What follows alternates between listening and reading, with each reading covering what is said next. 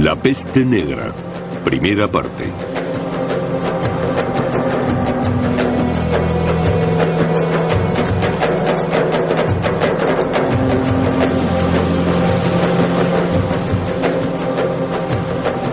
Los barcos provenían del Mar Negro. Habían estado navegando durante meses. Su carga era preciosa: sedas, especias, trigo y algodón de Oriente. Los marineros regresaban a casa.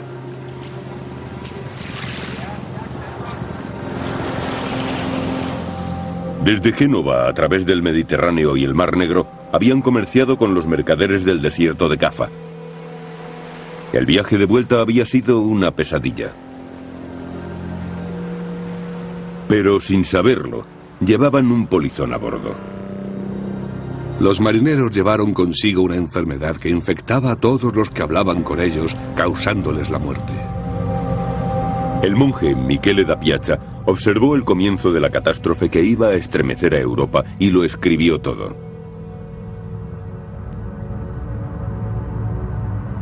Solamente sobrevivieron 10 marineros del millar que partió, y al hablar esparcieron el veneno. Los cadáveres permanecían sin tocar en las casas. Nadie osaba acercarse a ellos. Las gentes huían de las ciudades y acampaban en los viñedos. El gran misterio.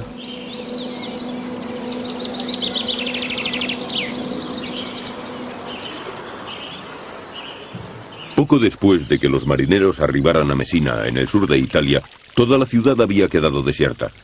Lo mismo ocurría en las demás ciudades de Europa. La gente moría o huía. Los muertos eran enterrados a capas en fosas comunes, si es que quedaba alguien para enterrarlos. Las campanas tañían en los funerales, pero al no prestar ayuda, dejaron de repicar. Flotaba un silencio opresivo.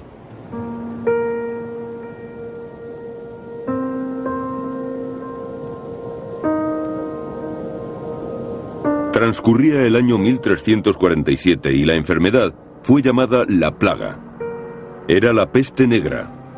Esta enfermedad provenía del mar y se extendió por las ciudades comerciales de Venecia, Génova y Florencia.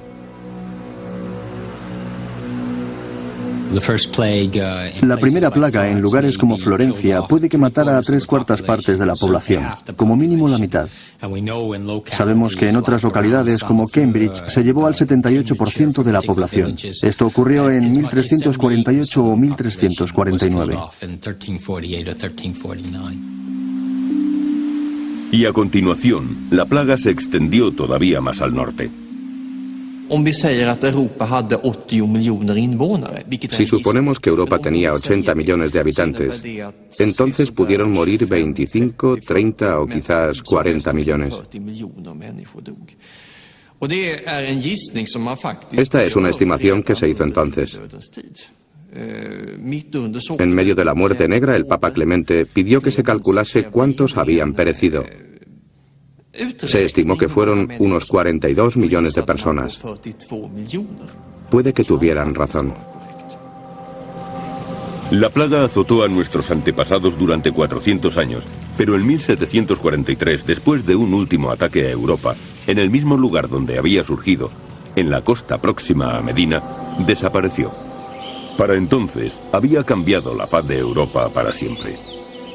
Controló la población de Europa, que era más o menos el mundo civilizado occidental. La controló con mano de hierro.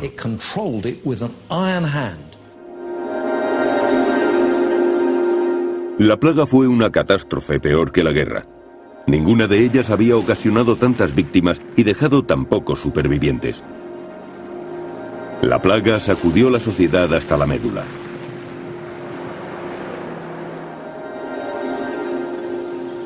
¿Alguien leyó alguna vez en los libros de historia que las ciudades fueran abandonadas y que los campos quedaran desiertos? La campiña estaba recubierta de cadáveres. El mundo entero estaba gobernado por una espantosa soledad. La gente no sabía lo que estaba pasando. Creía que era la obra de Dios para castigar sus pecados. Debió tratarse de una muerte solitaria y horrible. La plaga no fue solamente una catástrofe para la sociedad, también fue algo horrible para los que murieron. Algunos de ellos no tenían ni dónde morir. Caían entre otros cadáveres en la calle. Fue una enfermedad realmente terrible, la más espantosa de las muertes. Acababan con los órganos internos licuados. Fue algo tan espantoso que la gente debió volverse loca por temor a la plaga. La peste negra sobrepasó cualquier catástrofe conocida. Durante los 400 años que azotó al continente, la enfermedad fue un misterio. Durante esos 400 años, los europeos exigieron una explicación. Debió afectar el pensamiento de las gentes. Debió forzarles a hacerse preguntas, a enojarse. ¿Qué está ocurriendo? ¿Qué pecado hemos cometido?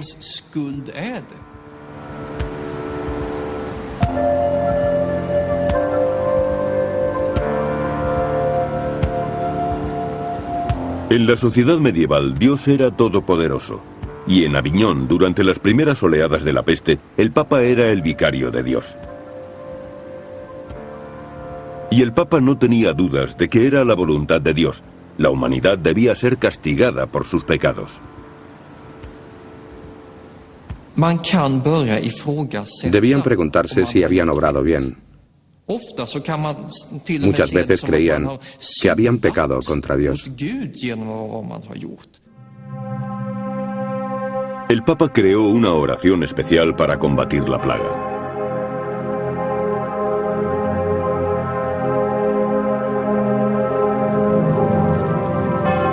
Oh Señor, ordenad al ángel vengador que contenga su mano para que la tierra no quede desierta y perdáis a todos vuestros siervos. Te suplicamos humildemente que retiréis la llama de la ira.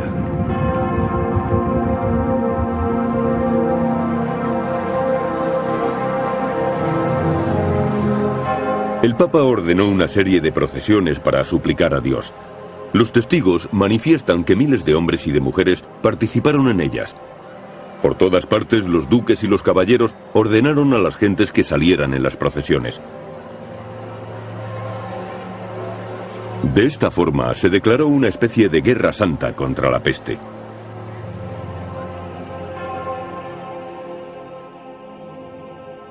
Pero era evidente que la plaga azotaba una y otra vez y que la Iglesia, la autoridad suprema, no podía ayudar a las personas afectadas.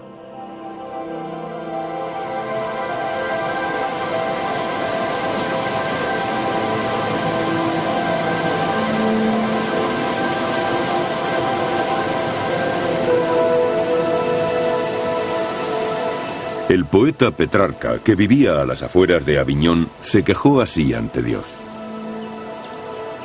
Se oculta a nuestro entender por qué nuestro siglo ha merecido semejante castigo. La razón por la que tomasteis esa decisión no es accesible a la razón humana. Es un misterio. La necesidad de respuestas y de tratamientos creció. Muchos rechazaron a la Iglesia y fueron a consultar a los médicos. Los mejores estaban en las grandes universidades europeas: París, Montpellier y Padua. Eran médicos auténticos, como hoy lo entendemos, educados en la universidad, en el seno de la medicina hipocrática. Habían estudiado el funcionamiento del cuerpo y el porqué de las enfermedades, aunque sus estudios se remontaban a la medicina griega y romana. Pero aquellos médicos eran filósofos, no conocían la práctica. Sus herramientas eran libros escritos hacía 1000 años, y ahora debían enfrentarse a un problema desconocido cuando aquellos tratados fueron escritos. Se les presentaba un nuevo desafío. El rey de Francia consultó a los mejores expertos del momento de la Universidad de París. Aunque nos basamos en los mejores doctores antiguos y modernos, en los astrónomos y en los médicos, no podemos explicarlo todo, porque el conocimiento absoluto es imposible. Pero creemos que la primera causa de esta plaga fue y es la distribución de las constelaciones del cielo.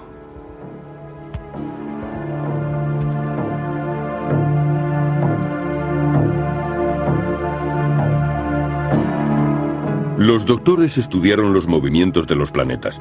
Cada uno de ellos tenía sus atributos. Y estos atributos podían acarrear consecuencias catastróficas para la humanidad. Los médicos de París dijeron que todo había ido mal 3 años antes de la plaga. Pasada 1 hora desde el mediodía del 20 de marzo de 1345, se dio una gran convergencia de 3 planetas en Acuario.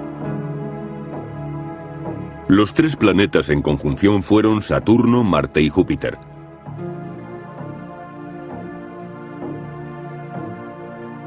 Saturno y Marte eran malvados y hostiles, y tanto Marte como Júpiter eran planetas calientes. Por eso hubo un exceso de calor y maldad que empeoró al coincidir los 3 en Acuario. La teoría del aire envenenado encajaba perfectamente con la de la ira de Dios, porque Dios había creado las estrellas. Eso no se hubiera aceptado en la actualidad, pero sí en el siglo XIV.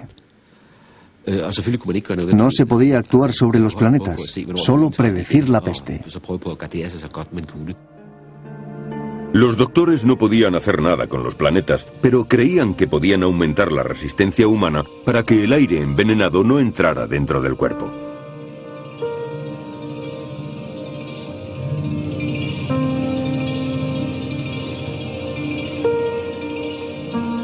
El hombre estaba constituido por 4 fluidos corporales o humores: la bilis negra y la amarilla, la sangre y la flema.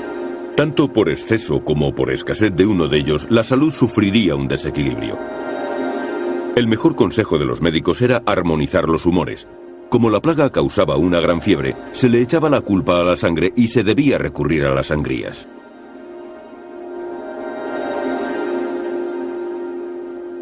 A aquellos que hayan sido infectados se les deberá practicar inmediatamente una sangría hasta que queden inconscientes. Una sangría inadecuada hace que el veneno actúe.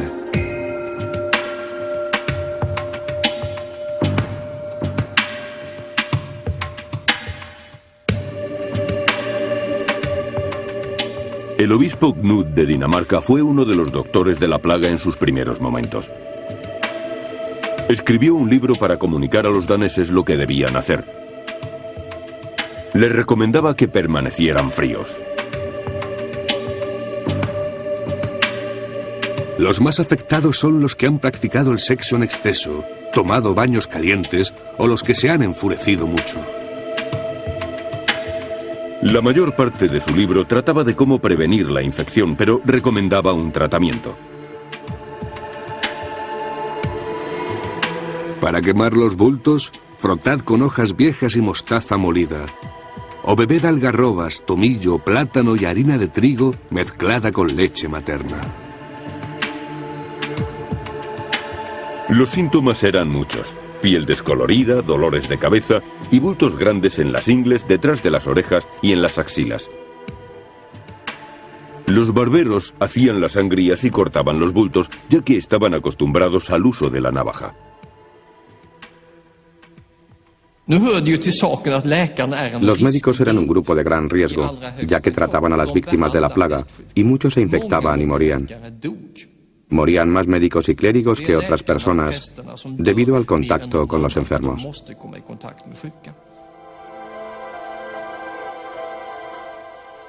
No importaba lo que los médicos recomendaran, la gente seguía muriendo.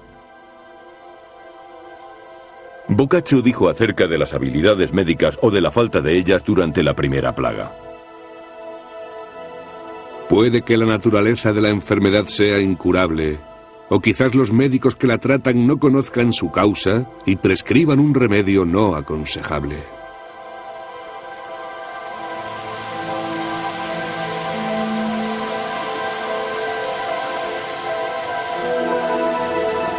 Conforme el tiempo pasaba, la peste hacía estragos. La gente acabó perdiendo la fe en la iglesia y en la medicina. Se necesitaba alguien que pensara de forma diferente en términos prácticos. Alguien que no filosofara. Gente que pudiera preparar a las ciudades contra el colapso antes de que la mitad de la población muriera y la otra mitad estuviera aterrorizada.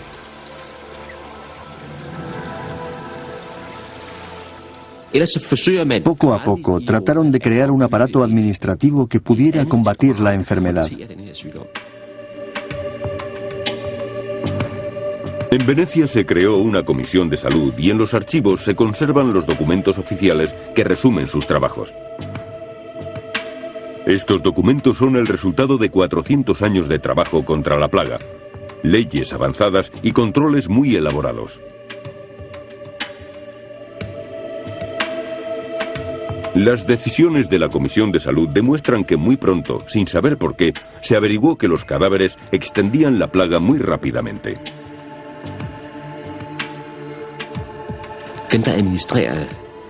Los que administraban la ley actuaban bajo una suposición, que la enfermedad era contagiosa. Sin embargo, la medicina de entonces no podía explicar por qué había enfermedades contagiosas. Por eso se trabajaba de forma muy empírica. Eso condujo a que en muchos lugares de Europa se enfrentaran las autoridades sanitarias con los médicos profesionales.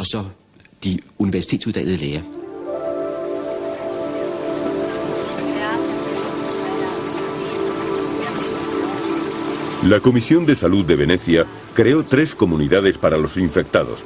Eran alojados en islas deshabitadas en la Albufera, a las afueras de Venecia. La primera comunidad era para los muertos. Los hombres remaban por la ciudad llevando los cadáveres desde las casas abandonadas hasta islas fuera de la ciudad. Se cavaron fosas muy profundas para arrojar los cuerpos en ellas. La segunda comunidad era para los enfermos. Se convirtió en el primer hospital de Europa contra la peste. No se esperaba que salieran con vida los que eran enviados allí. No se sobrevivía a la plaga, especialmente en aquel hospital repleto de enfermos.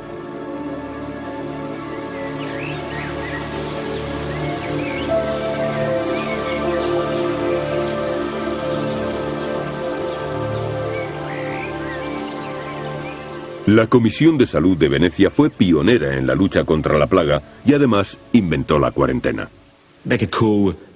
Se puede resumir todo el repertorio de medidas contra la plaga en el aislamiento de los enfermos. Había que alejarlos de los sanos. La cuarentena resultó ser la única medida eficaz. Todas las demás resultaron inútiles.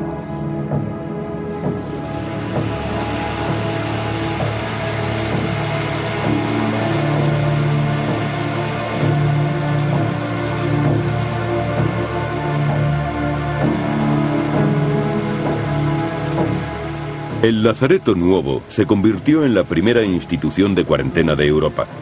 El Comité de Salud había comprobado que la peste llegaba en los barcos mercantes. Los marineros extranjeros eran confinados y vigilados aquí por guardias armados. Si tan solo un tripulante caía enfermo, toda la tripulación era mandada al hospital de la plaga.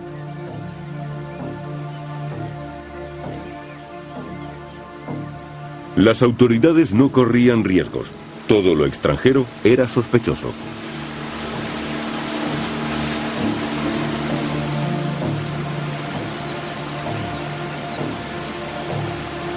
Las autoridades parecían acertar aislando a los enfermos y a los sospechosos, evitando que pudieran propagar la enfermedad.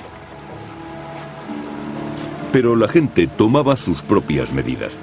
Tenían ideas secretas acerca de lo que había que hacer con la enfermedad.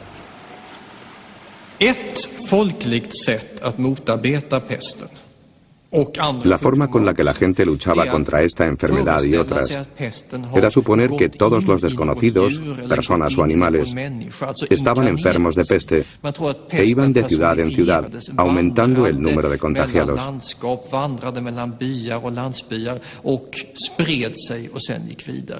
Tenemos diferentes informaciones de que esto ocurría en el norte de Europa.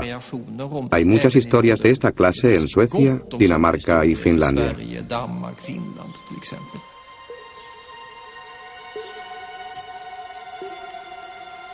Una vez un niño y una niña perdieron a sus padres debido a la peste. Iban de granja en granja pidiendo de comer. Un día, los campesinos les dieron comida y les dijeron que fueran a tomarla en una zanja que acababan de cavar. Sin sospechar nada, fueron allí a comer. A continuación, los campesinos empezaron a rellenar la zanja mientras el niño les gritaba: ¿por qué echáis tierra a mi comida? No podíamos creerlo cuando lo leímos por primera vez. Nos parecía que eran cuentos imaginarios. Pero tenemos testimonios relatados acerca de personas que fueron enterradas vivas para impedir la extensión de la plaga. Ulrich Sandberg informa de un niño que fue enterrado vivo durante la última plaga y se pregunta qué habría que hacer con los que cometieron tal acto.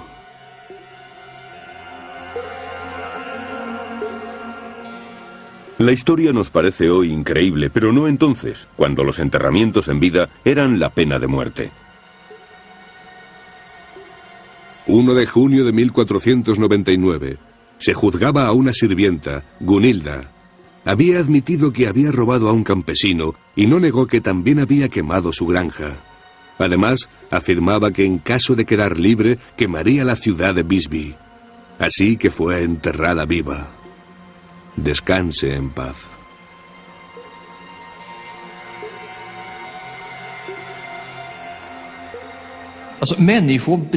La gente se volvía loca ante catástrofes como esta. Y no es de extrañar, porque una locura similar se da en nuestros tiempos.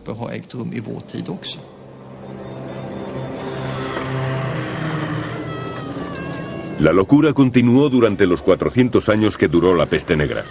Sin embargo, mejoraron las condiciones gracias a la cuarentena.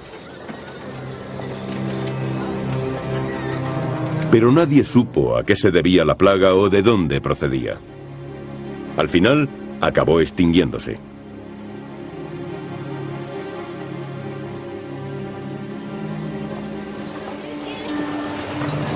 Pasaron 250 años después de su desaparición hasta que surgió una explicación científica. Un día de 1894, un joven científico llegó a Hong Kong. Se llamaba Alexander Yersin y había ido a estudiar una bacteria después de la aparición de una peligrosa plaga bubónica en la colonia británica. Yersin no lo dudó. Había encontrado la bacteria que causó la peste negra.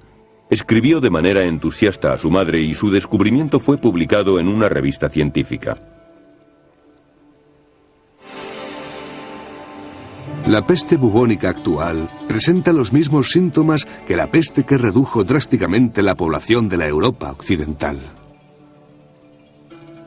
Unos pocos años más tarde, Yersin pareció identificar también el vehículo propagador de la enfermedad: las ratas negras. La ciencia había descubierto que las pulgas que llevaban en la piel eran portadoras de la bacteria.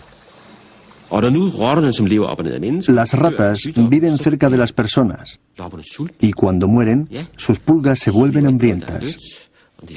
No pueden sobrevivir comiendo organismos muertos y buscan otros vivos para alimentarse. Si alguien pasa por allí, la enfermedad se extiende. El descubrimiento de la causa tuvo graves consecuencias. La creencia de que era la misma enfermedad que había causado la peste europea originó que se invirtieran sumas enormes en la investigación de la peste bubónica, una enfermedad solamente conocida en países ajenos a Europa como India y China.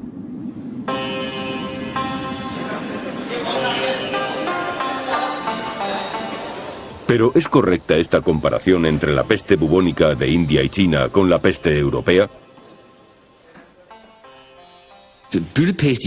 La peste bubónica no es peligrosa en la India si es que se tiene la mala suerte de contraerla.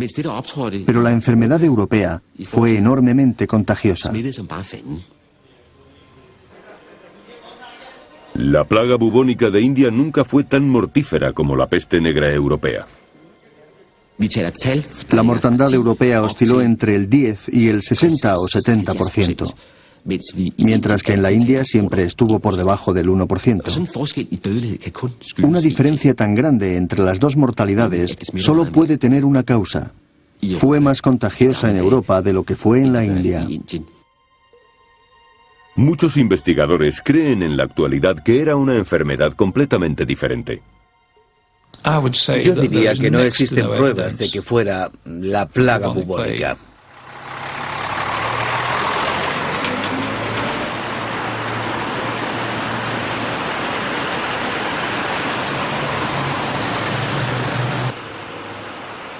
Graham Twigg es biólogo y zoólogo, anterior profesor de una universidad londinense. Está retirado en la actualidad, aunque sigue visitando su antiguo centro de trabajo.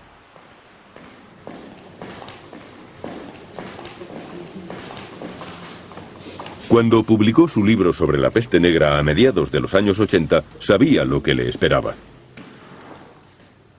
Alguien me dijo, si publicas ese libro, atraerás sobre ti a toda la FLAC. La FLAC es la artillería antiaérea. El libro de 1985 de Graham Twigg desafió frontalmente al concepto establecido que se tenía de la enfermedad. Graham es sin duda el padre de la idea de que la peste bubónica no fue la responsable de la peste negra. El libro refutaba la idea de que la enfermedad había sido extendida por las ratas negras. Fue como negar la presencia del monte Everest, como si no estuviera allí. Reconsiderar las causas de la plaga fue algo casi equivalente. Pero hay que tener en cuenta que la plaga bubónica estaba muy bien documentada. El mundo científico recibió al libro con indiferencia o rechazo total. Twigg aconsejó a los historiadores que revisaran los antiguos conceptos que se tenían acerca de la enfermedad, pero ellos no tenían por qué considerar aquel libro. Los historiadores ingleses lo ignoraron. Los historiadores americanos más o menos dijeron que era una basura, pero no dieron una explicación del porqué. Pero era una buena idea decir que lo era, porque a nadie le gustaba cambiar la idea que se tenía de la peste negra. Pasaron 10 años antes de que otros investigadores, biólogos e historiadores europeos se enfrentaran seriamente a los científicos. Yo no veo ningún indicio de la enfermedad bubónica de las ratas en la Europa medieval. Puede haber existido, pero ¿dónde están las pruebas?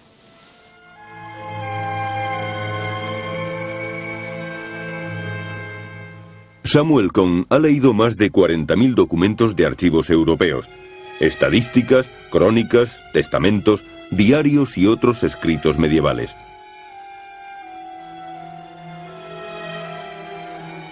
No ha podido encontrar enfermedades transmitidas por las ratas.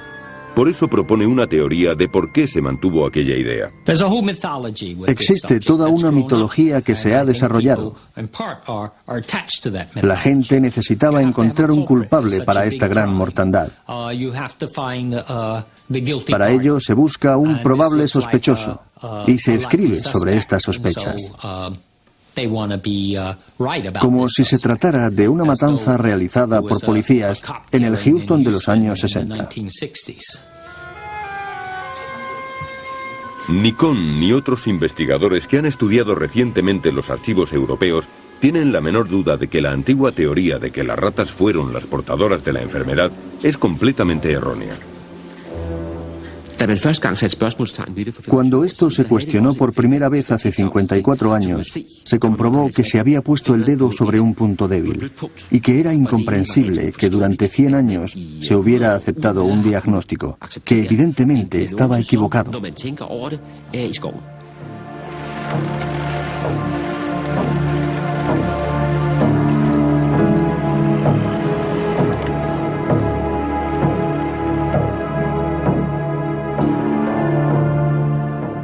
Había sido un síntoma en particular el que hizo que la ciencia ligara la enfermedad de India y China con la peste.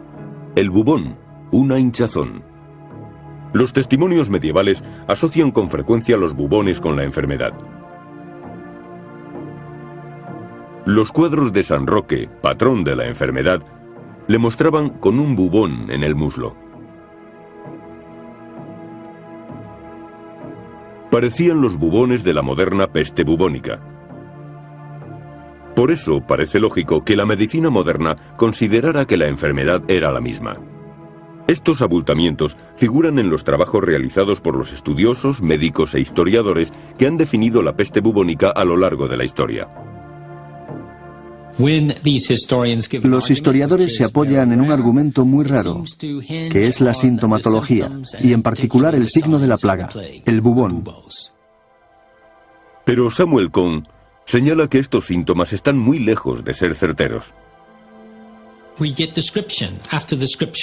A lo largo de todo el siglo XVII encontramos descripciones y descripciones, desde Boccaccio hasta Michele da Piazza, pasando por cronistas como Giovanni Moraldi, que dicen que no solamente aparece un bubón, sino que se extiende por todo el cuerpo y que la forma más mortífera de la peste son las pústulas que aparecen por todas partes, cubriendo el cuerpo.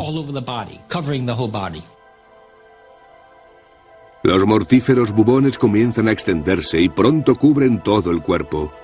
A continuación, la enfermedad cambia. Aparecen manchas negras y azules en los brazos, en los muslos y en otras partes. Uno de los síntomas por el cual los antiguos médicos identificaban la enfermedad era la aparición de accesos hemorrágicos en el pecho. Decían que cuando se observaba esta sintomatología, era absolutamente seguro que se iba a morir. No había salvación.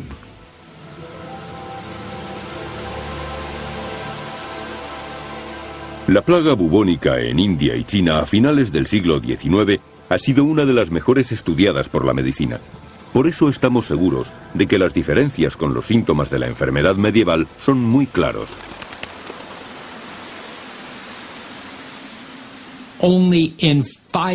Solamente en un 5% de los casos mortales, las víctimas desarrollaron más de un bubón. Además, entre el 60 y el 70% de los bubones salieron en la ingle. Estos dos síntomas no se dieron en la peste negra medieval. Cuando la peste bubónica apareció en Bombay en 1896, 3.752 pacientes fueron examinados. Solo en muy pocos casos mostraron otros signos aparte de las hinchazones. Estuvo claro para un grupo de médicos de Bombay que había otra gran diferencia. Según decía un informe oficial, no creemos que la plaga bubónica sea contagiosa. Ninguna de las 400 personas que visitaron a los enfermos se contagiaron. No hay entre ellas ningún caso de persona infectada. Esto es muy diferente de la plaga medieval en la que estaba claro que el contagio era de persona a persona. Pero esta diferencia fue olvidada y la teoría de las ratas y de la plaga bubónica se impuso en el público, en las escuelas, universidades y entre los investigadores, hasta que un día de 1980... Muchas de estas cuestiones surgieron al dar clase. Hubo estudiantes que me hicieron esta pregunta.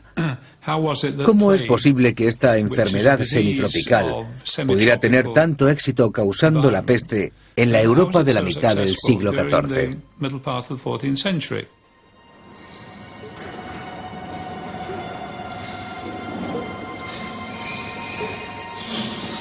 La respuesta que Graham Twigg le dio a este estudiante fue muy inquietante.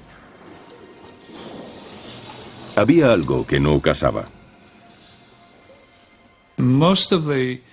La mayoría de las pruebas apuntan hacia el hecho de que esta pequeña rata no era muy abundante en los campos de Bretaña, Francia, Alemania, Dinamarca y otros países. Era muy improbable. La rata negra no hubiera podido sobrevivir en grandes extensiones de Europa y no existía un número suficiente para desencadenar la epidemia. Para que se pueda desencadenar una epidemia como la de la peste negra, no solamente unos pocos casos, sino una auténtica epidemia, se necesita una temperatura de más de 20 grados centígrados durante varios meses. No creo que eso ocurriera en el norte de Europa.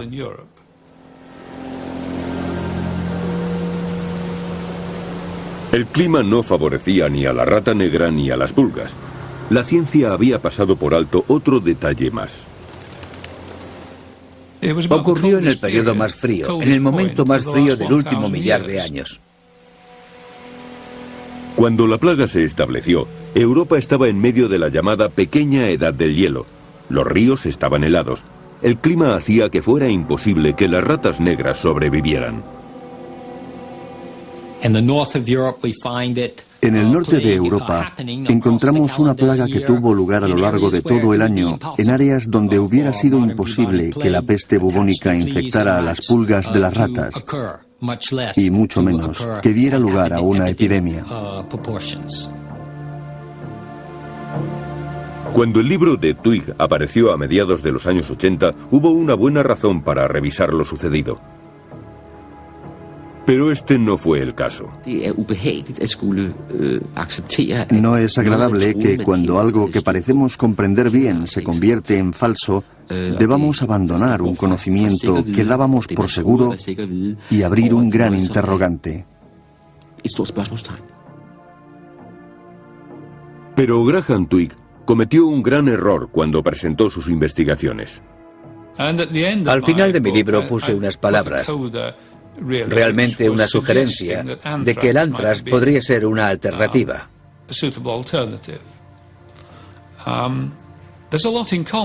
Hay muchos parecidos entre el antrax y la peste. Incluso en tiempos modernos hubo dificultades para distinguir ambos. Twigg es un experto en ratas, no en enfermedades. Su referencia al antrax era fácil de combatir y le dio a sus críticos la oportunidad de rechazar todo el libro. Creo que lo malo no fue lo que cada uno pensara acerca de la idea, sino que no hubo debate.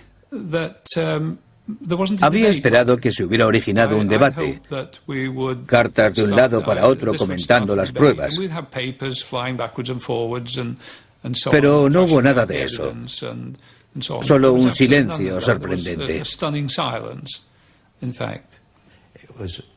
Fue un travesti de la justicia, muy desafortunado. Luchó en una batalla solitaria. La investigación de Graham Twigg demostró que la rata negra no podía haber extendido la peste negra por Europa. Las pruebas lo demostraban. En lugar de eso, afirmaba que la enfermedad se propagó de persona a persona, no por medio de pulgas y ratas. Pero la ciencia se aferraba a esa teoría. Decían que serían otras pulgas y otras ratas, pero incluso esta última teoría se enfrentaba a otro gran problema.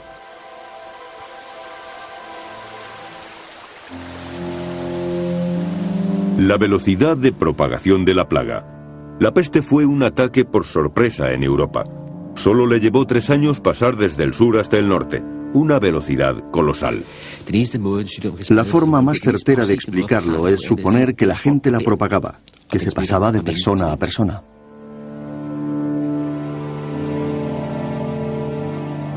Pero cuando la peste bubónica atacó a Hong Kong en 1894, tardó 40 años en viajar unos pocos miles de kilómetros. Las modernas plagas bubónicas muestran la misma baja velocidad en todos los lugares en los que se presentan. La plaga bubónica de África se desplazó a 20 kilómetros por año.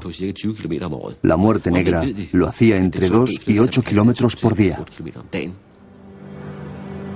Las características importantes de la peste, la velocidad y el modelo de actuación no señalan a las ratas. Además, las últimas investigaciones se basan en un hecho clave. La mayor parte de la historia de la peste se guarda en los archivos europeos.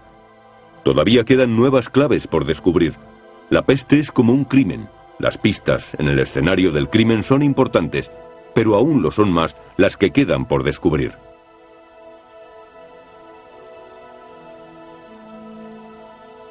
Veamos, pues, cómo se propaga una plaga moderna. Se extiende por medio de bacterias que viven de los roedores salvajes.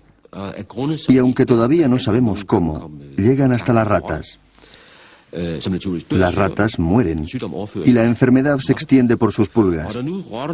Las ratas viven cerca de las personas y cuando mueren sus pulgas se vuelven hambrientas. No pueden sobrevivir comiendo organismos muertos y buscan otros vivos para alimentarse. Si alguien pasa por allí, la enfermedad se extiende. Por mucho que se busque, no se encuentran esas ratas por ninguna parte. No se hace mención de los millares de ratas que deberían haber muerto si la peste bubónica hubiera sido la plaga de la Edad Media. Es como si hubieran pasado desapercibidas o no hubieran existido nunca.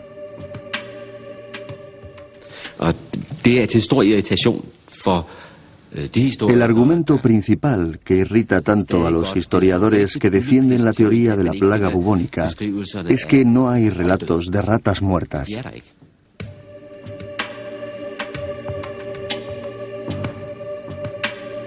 No existieron esas ratas durante aquellos 400 años de historia europea. Queda claro en las cartas que se enviaron desde los monasterios a Roma, en las que se hablaba de la peste. No mencionan a ratas muertas por ninguna parte. No hay ninguna duda de que la peste se extendió de persona a persona y no a través de estos roedores. Pero las ratas muertas sí aparecen con frecuencia en la India y en China. El modelo es claro.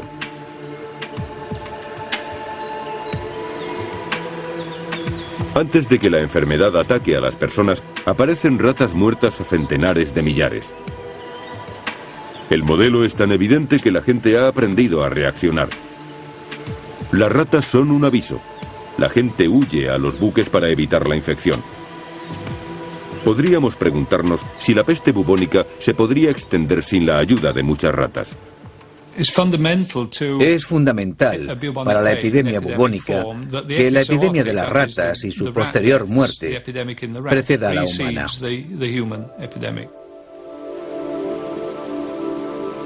Los defensores de la teoría de las ratas dicen que en la actualidad la plaga neumónica existe también. Es una plaga que se extiende de persona a persona, pero que solamente se desarrolla después de una plaga bubónica y por consecuencia después de la muerte de las ratas. Si una persona que sufre la peste bubónica desarrolla una plaga por medio de una infección pulmonar, entonces el contagio se producirá mediante líquidos. Por lo tanto, será extremadamente mortal y muy infecciosa. Pero aunque es una de las enfermedades más infecciosas que se conocen, es muy breve, porque se muere 48 horas después de haberla contraído. Una extraña plaga de neumonía azotó a Manchuria en 1921. Pero aquí la mortalidad fue pequeña también. La plaga no llegó muy lejos. Los investigadores han descubierto nuevas formas de resolver el rompecabezas de la plaga. Han examinado el ADN de los dientes de las víctimas sepultadas. Tratan de encontrar bacterias. Un grupo de investigadores franceses cree haber descubierto una de las claves. El grupo de Marsella dice haber encontrado ADN o trazas de ADN en los dientes de 2 tumbas de Montpellier. Pero este descubrimiento no ha sido confirmado por ningún científico de ninguna otra parte de Europa. El método francés es complicado y tiene detractores. Investigadores daneses e ingleses han buscado la misma bacteria sin encontrarla. Y aunque la encontraran, el misterio sigue sin resolver. ¿Cómo una bacteria extraña que no ha causado muertes masivas durante más de 100 años originó la mayor epidemia de la historia europea?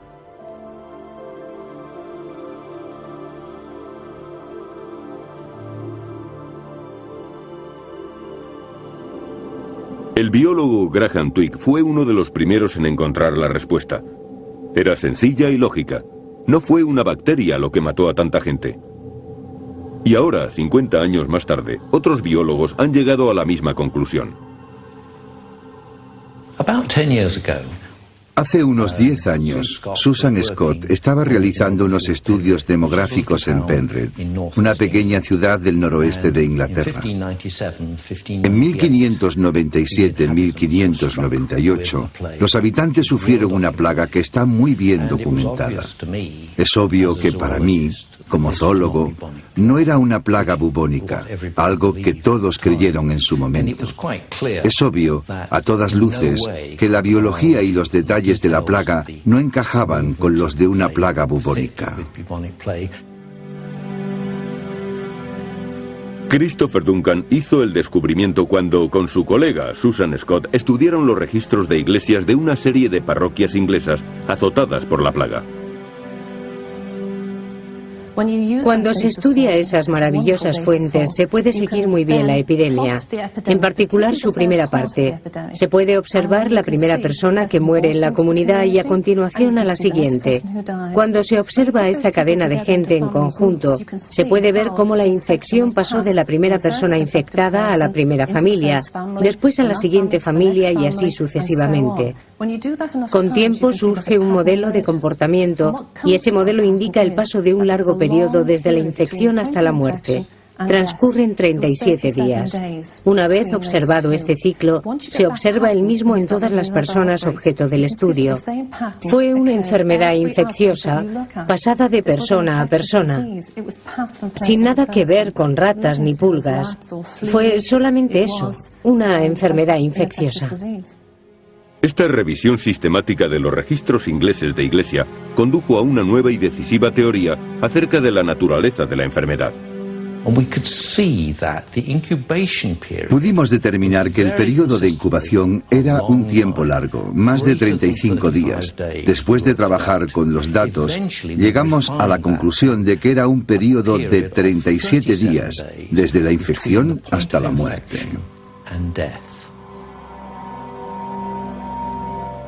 Susan Scott y Christopher Duncan explicaron a continuación cómo la plaga se pudo extender tan rápidamente. El largo periodo de incubación entre la infección y la manifestación de la enfermedad fue decisivo.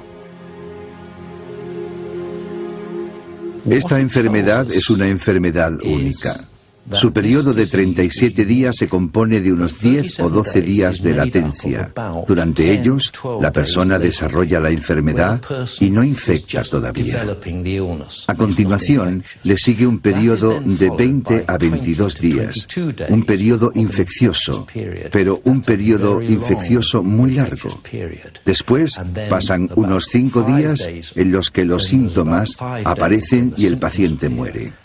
Para las demás personas, la enfermedad dura solamente 5 días.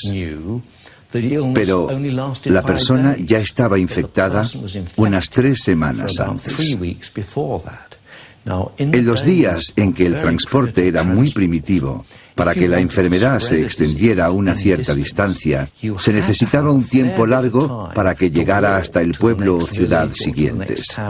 Esta fue el arma secreta de las plagas, el largo periodo de tiempo transcurrido entre la infección y la aparición de los síntomas. Entre tanto, había mucho tiempo para que la gente contagiara a otros y se moviera por su entorno y llevara la infección más lejos.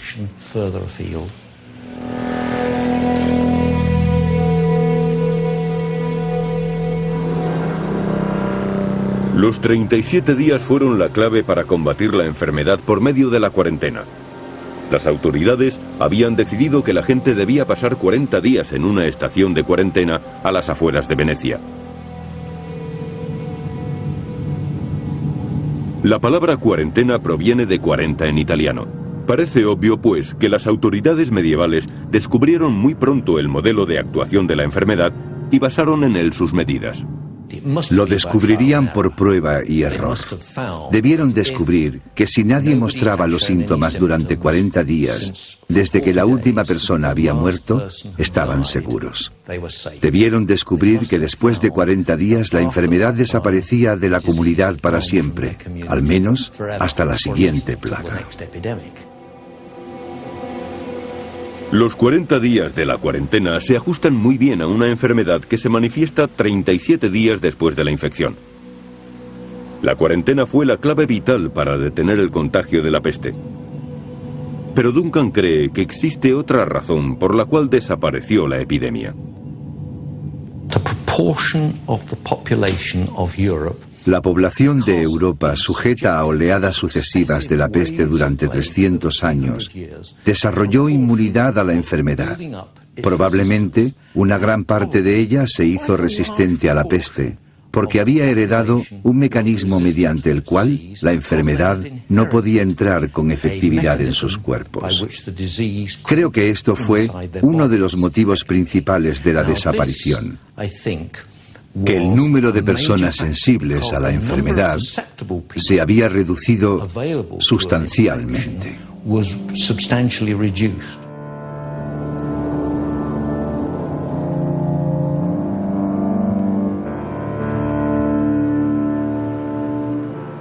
Las fuentes documentales de aquella época nos hablan también de que existían indicios de que la resistencia era creciente entre la población. Después de 40 años de peste, el médico del Papa, Raimundo Chalmelli de Vivario, escribió: En 1348, 2/3 partes de la población estaban infectadas y casi todos murieron. En 1361, la mitad estaba infectada y pocos sobrevivieron. En 1371, la 10ª parte contrajo la enfermedad y muchos sobrevivieron. En 1382, solamente unos pocos enfermaron y la mayoría sobrevivió.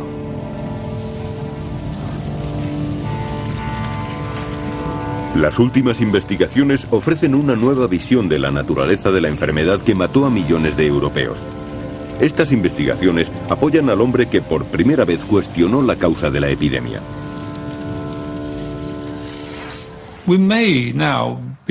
Puede que ahora nos hayamos puesto en marcha, a diferencia de lo ocurrido en el año 1985. Si ahora la gente está receptiva y ayuda, eso está muy bien. Puede que por fin haya más debate, después de todo.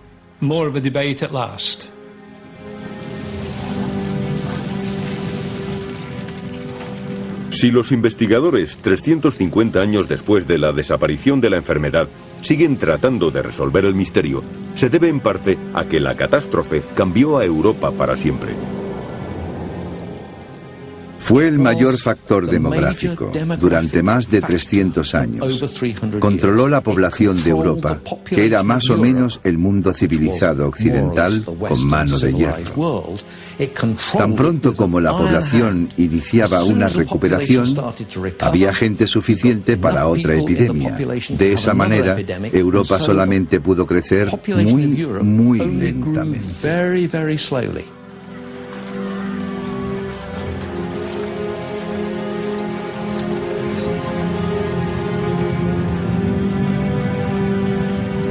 Es importante descubrir la verdad, saber si las medidas que se tomaron para luchar contra la peste fueron inútiles o tuvieron éxito. Si queremos saber si la desaparición de la enfermedad fue debida a la intervención humana o al resultado de la suerte, necesitamos saber si la transmisión se debió a las pulgas y a las ratas infectadas o si se transmitió entre personas. El sistema europeo de separar a los enfermos de los sanos solamente tiene sentido si el contagio es de persona a persona. La peste negra desapareció después de haber campeado durante 400 años, pero sigue siendo uno de los grandes misterios de la historia. Muchos investigadores creen que las autoridades tuvieron éxito controlando la enfermedad. Todas las medidas de protección consistían en limitar el contacto con los enfermos. Esto es algo común a todos los informes, reglas y leyes promulgados desde el siglo XIV hasta el XVII.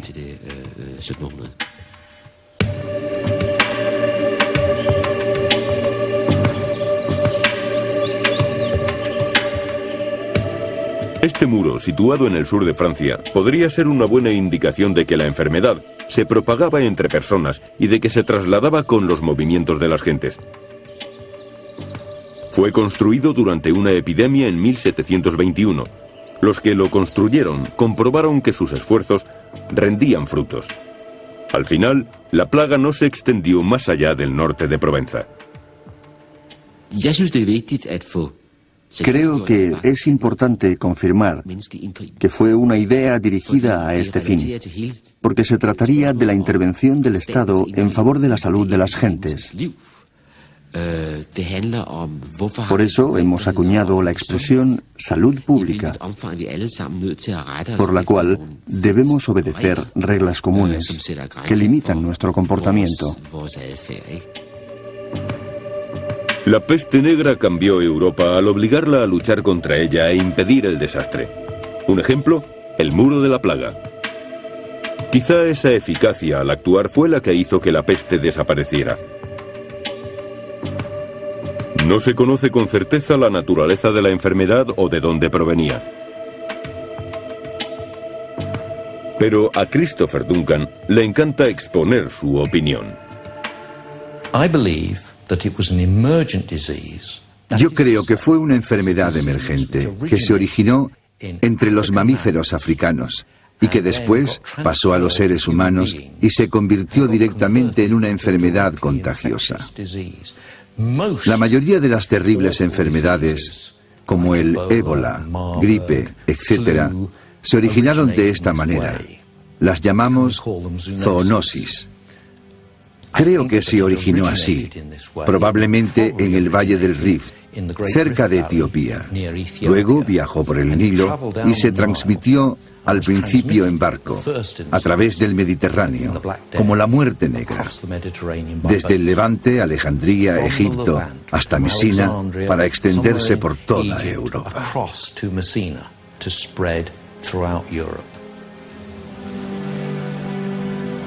La teoría de Christopher Duncan no es la última que probablemente escucharemos.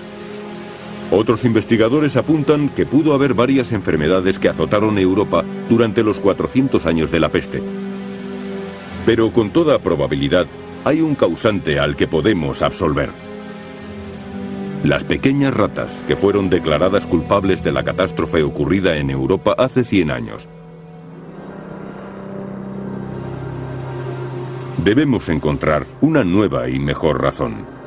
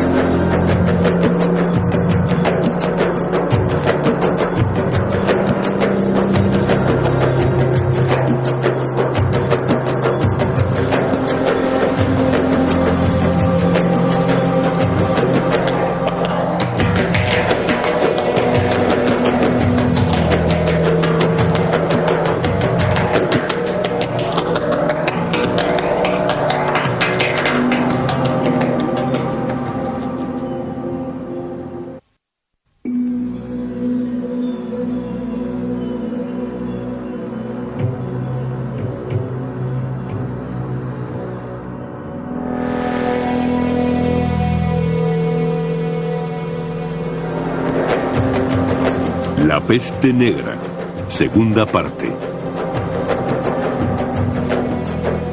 Hubo una vez una plaga en Europa, una enfermedad incurable que transformó ciudad tras ciudad, desde el sur hasta el norte, en una inmensa tumba. Nunca antes habían muerto tantas personas en tan poco tiempo. Fue un duro golpe para las personas. Murió del 50 al 60% de la población. Fue un golpe tan duro entonces como lo hubiera sido en la actualidad. La peste negra se ensañó con una Europa indefensa. Llegó por primera vez en 1347.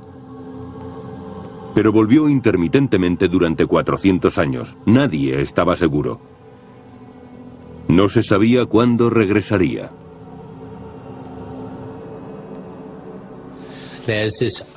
Fue una muerte auténticamente ignominiosa y horrible, sin funerales, misas ni asistencia espiritual. Esta muerte en masa estremeció los cimientos de Europa. Cambió por completo a la sociedad medieval y contribuyó a que cambiara también la actitud de las gentes ante la vida.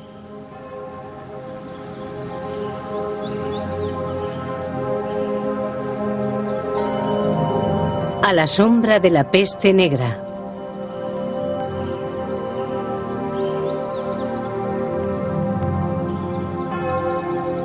La peste se había enseñoreado de una sociedad en la que la Iglesia y el Papa eran omnipotentes.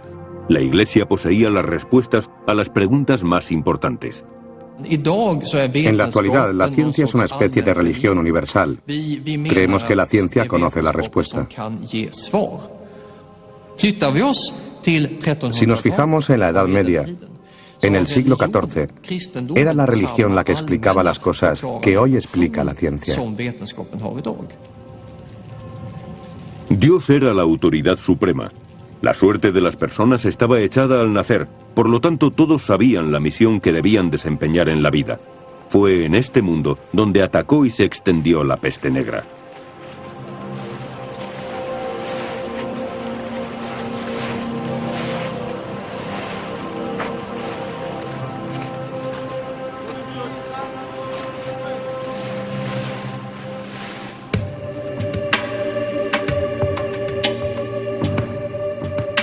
Venecia posee uno de los mayores archivos mundiales.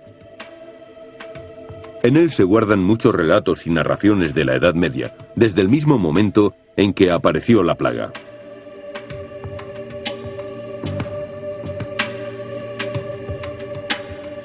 En marzo de 1348, la peste alcanzó a Venecia, que estaba densamente poblada.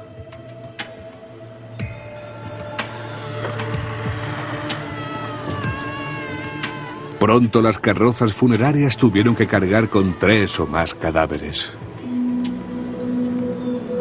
La enfermedad se extendió desde el sur de Italia hacia el norte en unos pocos meses. Se corrió el rumor de que el resto de Italia y todos sus alrededores estaban prácticamente vacíos de vida humana.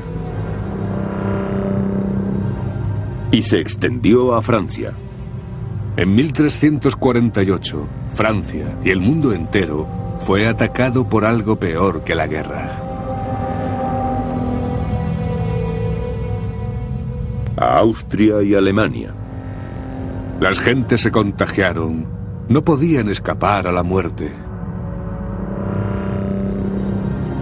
Hasta Inglaterra. La peste maldita llegó a Inglaterra y acabó con tantos que fue imposible contarlos. No quedó ni una ciudad, ni una aldea, ni una casa en la que no matara a la mayoría de sus moradores, sino a todos.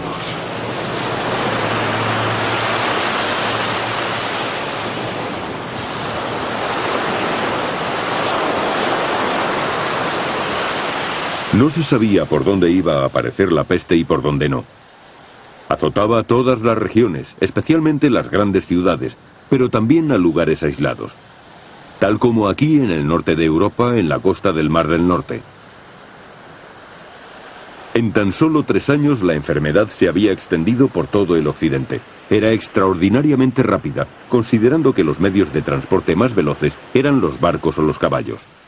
Entró por las ciudades portuarias del mar Mediterráneo, en su expansión por toda Europa, por medio de las vías de comunicación y de transportes. No hubo lugar que resultara menos afectado que otro. Llegó a todas partes.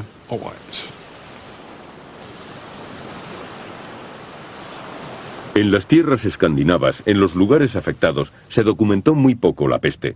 Pero los monjes de la ciudad alemana de Lübeck escribieron los hechos con mucho detalle y guardaron cuidadosamente sus escritos para la posteridad. Tan solo en un día, la peste mató a 1500 personas. La enfermedad hizo estremecer las tierras de Europa hasta dejarlas casi desprovistas de vida. Los comercios estaban desiertos, las escuelas y las iglesias cerradas. Los ladrones robaban en las casas no vigiladas de los muertos. No había en ellas familias que las cuidaran ni razones para trabajar las tierras.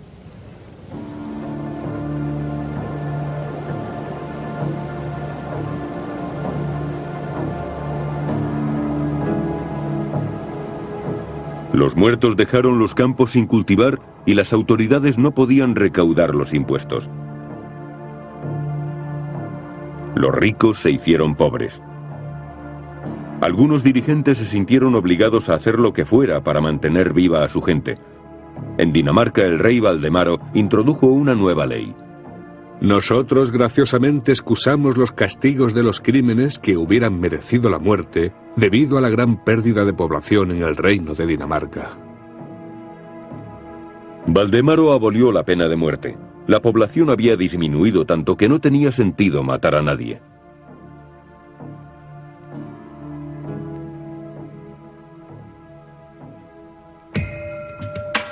Pero Valdemaro no fue el único gobernante europeo presa de la desesperación. En Venecia, las autoridades dictaron una ley nueva.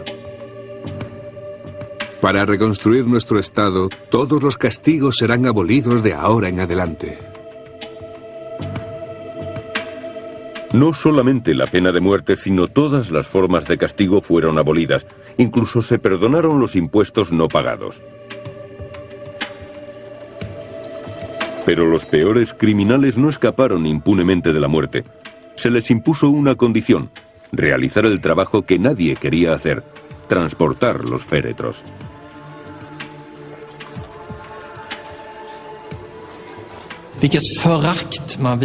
Los sepultureros y los que ganaban dinero con los entierros eran despreciados por la población. De Florencia nos llegaron noticias de que las personas más humildes de la ciudad trabajaban como sepultureros y hacían fortunas con la desgracia ajena. Siempre había una pequeña posibilidad de sobrevivir comparada con la pena de muerte. Y en los bolsillos de los muertos había dinero. Nadie osaba tocarlo más que los que llevaban los féretros y los sepultureros. La muerte de los sepultureros era descrita con maliciosa satisfacción porque habían vivido gracias a la tragedia de los demás. El número de cadáveres era abrumador. No había lugar para ellos en la tierra. Ni siquiera había madera suficiente para que cada uno tuviera su ataúd.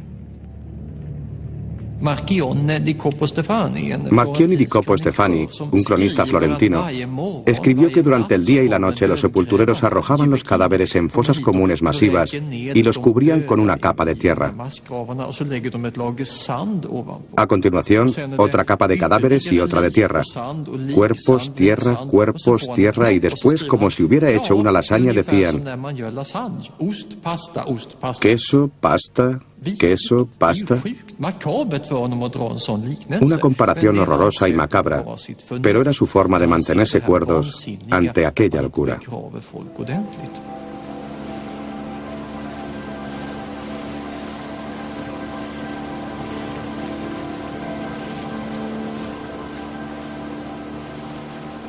Todos los que contemplaron la desolación que trajo la peste no tenían duda. La plaga se transmitía de persona a persona. Nadie que estuviera cerca de los que iban a morir podía evitar la muerte. De esta forma, los padres, hijos, familiares y vecinos perecían uno tras otro. La explicación oficial ante tal mortandad no fue la de ser una enfermedad contagiosa, sino la voluntad divina.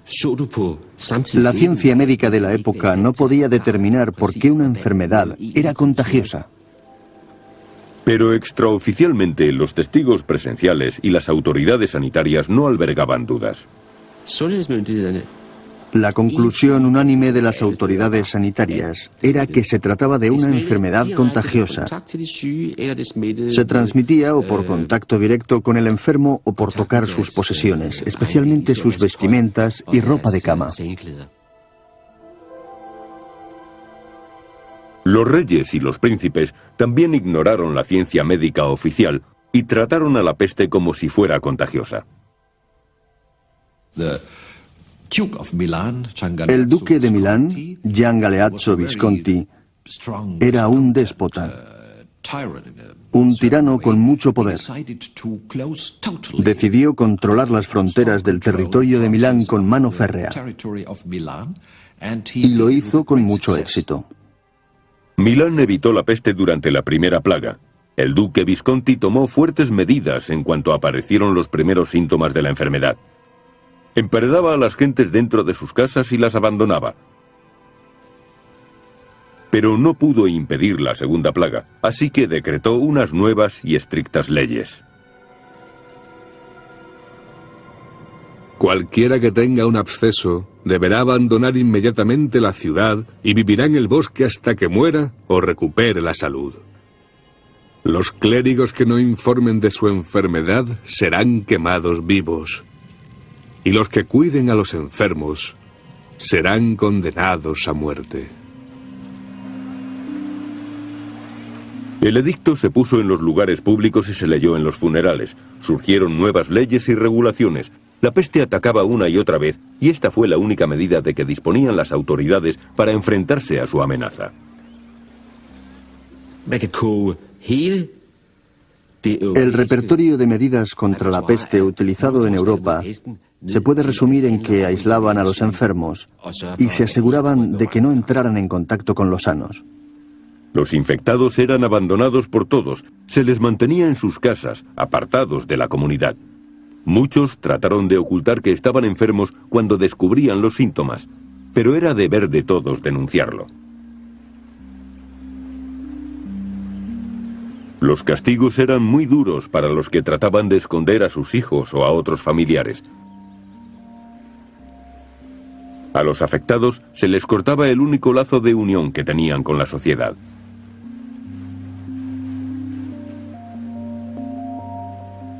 Echan en la fosa a la gente a todas horas del día. No hay oraciones en el entierro. ¡Qué visión tan terrible! ¿Quién no se estremecería ante ella? Pero nuestros corazones se han endurecido, ahora que no confiamos ya en el futuro. El dolor aumenta por todas partes. ¿Qué será de nosotros?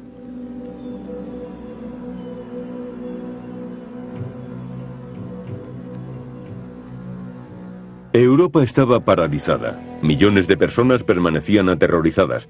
Otras tantas huían. La gran mayoría se rendía ante los hechos y aguardaba la muerte. Pero algunos trataron de huir hacia adelante. Después de la peste, Boccaccio, escritor florentino, escribió una de las más famosas novelas que tratan sobre personas afectadas por la peste. Su Decamerón comienza en un altar en la iglesia de Santa María Novella. Allí, 10 ciudadanos ricos y de buena posición se reúnen. Tendrían entre 18 y 28 años. Inteligentes, nobles y agraciados. El mayor de todos habló y dijo: lo mejor que se puede hacer es huir a una de nuestras fincas en el campo. Al día siguiente, al alba, abandonaron la ciudad.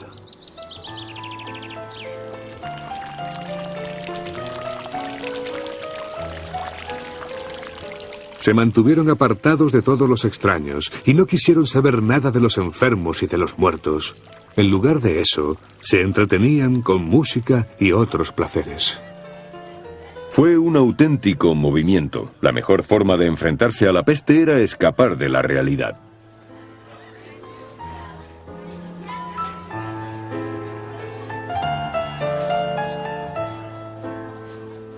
Algunos creen que se puede escapar de este terrible mal por medio de la bebida, gozando de la vida todo lo posible, cantando y en fiestas sin término, satisfaciendo los deseos carnales, como si todo fuera una gran farsa.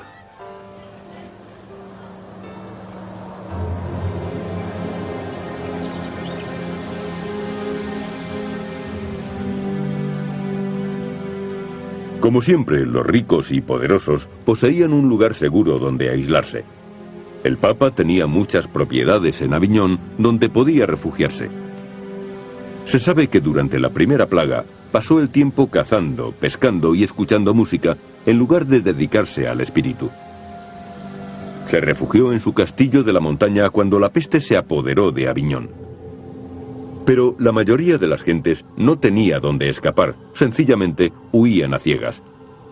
El miedo a contagiarse les hacía abandonar a sus seres queridos.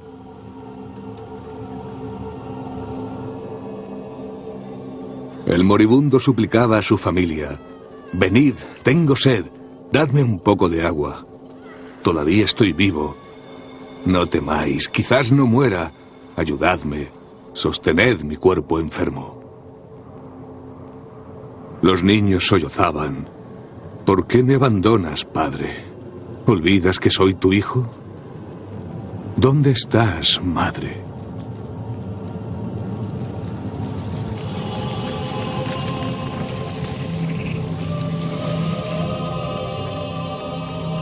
Pocos trataban seriamente de combatir la peste. Era una batalla sin esperanzas de victoria, pero algunos valientes trataban de comprender a los afligidos.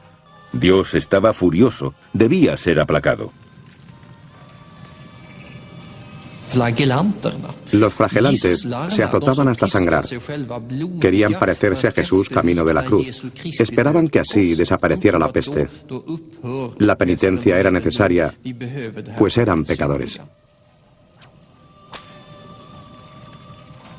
Los flagelantes se azotaban con espinas metálicas hasta que brotaba la sangre. Luego se arrojaban a tierra como penitencia por sus grandes pecados. Había flagelantes antes de la peste, pero ahora el movimiento se había extendido de ciudad en ciudad por Alemania y el resto de Europa. Este año llegaron a Inglaterra hombres nobles de origen extranjero. Flagelaban violentamente sus cuerpos desnudos hasta que sangraban. Al principio, el mismo Papa encabezaba las procesiones de Aviñón. Más tarde, estas se extendieron. Los granjeros ribereños del Rin y los habitantes fanáticos de las ciudades se hicieron flagelantes, deambulando y convirtiéndose en un problema para la sociedad. Atacaban a los que creían que eran pecadores. Se restregaban sobre la tierra con sus cuerpos ensangrentados. Era algo sobrecogedor. Más tarde esto fue prohibido y ellos perseguidos. Poco a poco desaparecieron. Los flagelantes desaparecieron tan súbitamente como habían aparecido. Pero el pánico encontró otras formas de expresión más terribles aún.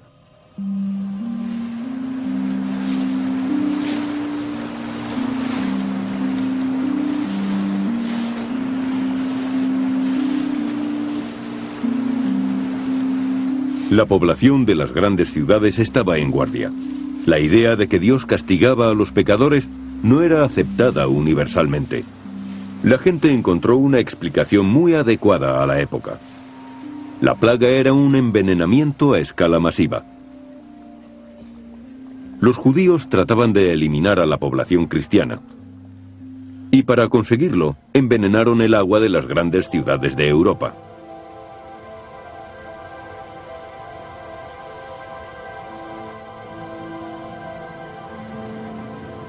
Al principio no fueron los gobernantes, incluido el Papa, los que exigieron represalias contra los judíos. La gente estaba exigiendo que se hiciera algo contra todo aquel que estuviera esparciendo veneno para intentar eliminar a toda la población que era cristiana. La población exigía que se hiciera algo inmediatamente. Los ciudadanos le dijeron al conde que o condenaba a los judíos a la muerte en la pira, o lo harían ellos mismos. La alta sociedad y los gobernantes estaban muy preocupados, también el Papa. El jefe supremo de Europa debía tomar una decisión. Optó por una que era práctica y cínica al mismo tiempo. Por un lado se suponía que la ley debía proteger a los judíos, pero si la muchedumbre se sublevaba, podrían originarse muchos problemas. Por otra parte, el Papa temía que las masas se hicieran difíciles de controlar. Por eso, la ley permitió la persecución de los judíos bajo ciertas condiciones. Si los judíos son culpables, ningún castigo será lo suficientemente severo, pero se les perseguirá legalmente. Deberán tener un juicio adecuado. En otras palabras, se permitió un castigo limitado que les satisfaciera. De esa forma, la muchedumbre obtuvo su venganza y los gobernantes retuvieron el control.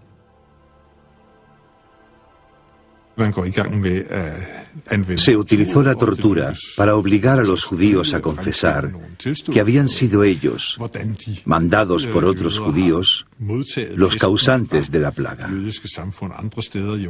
que era una conspiración para eliminar a la cristiandad, y habían recibido instrucciones de envenenar las aguas. Se hicieron circular copias de falsas confesiones. Estas se usaron como prueba de que fueron los judíos los que iniciaron la peste negra. Se les torturó en toda Europa, al igual que aquí en el castillo de Shilón, donde fueron encarcelados en las mazmorras. Los judíos eran exhibidos en la ciudad por una multitud enfurecida que los confinaba en casas de madera sin ventanas dentro de cementerios judíos. Posteriormente, las casas eran incendiadas. Los que trataban de escapar eran apaleados hasta morir. Estos documentos prueban que algunos judíos escogieron otro camino. Fueron hacia la muerte voluntariamente, como mártires, después de que los cristianos hubieran cavado sus tumbas y rellenado con leños en llamas. El resultado fue un holocausto de los judíos en Europa.